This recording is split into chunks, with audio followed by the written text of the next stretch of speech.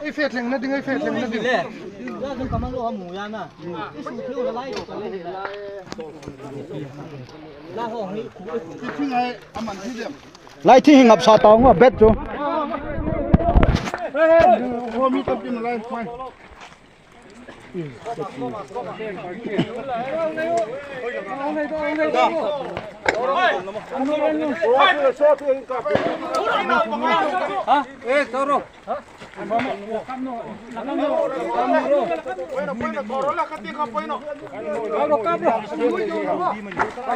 Lahin nung domin la lahin. Ni kun nung tong man. Ba ko luôn. Dai dai.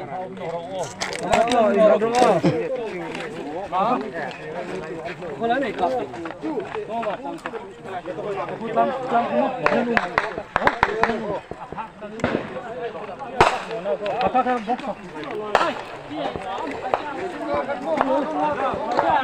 em pha không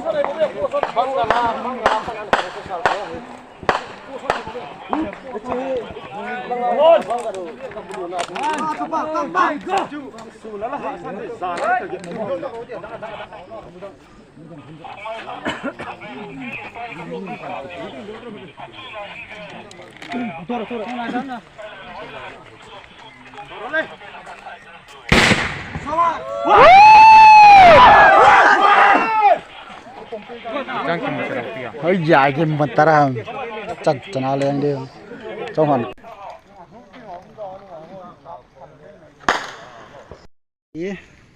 mấy thể hòn mi luộc tận vào lại tun ngô hết Mi luộc tận vào.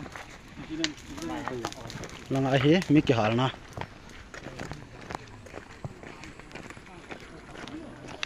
In hồi nó khá. là rice mi là chef kỹ năng na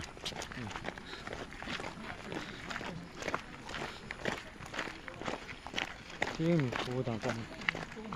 để mà là không à hình đang Alwa ambulance na try ab. lại he mi cái hal na he mấy hòn mi tháo hal na chỉ vụ hận tay cho là mấy hòn mình có na he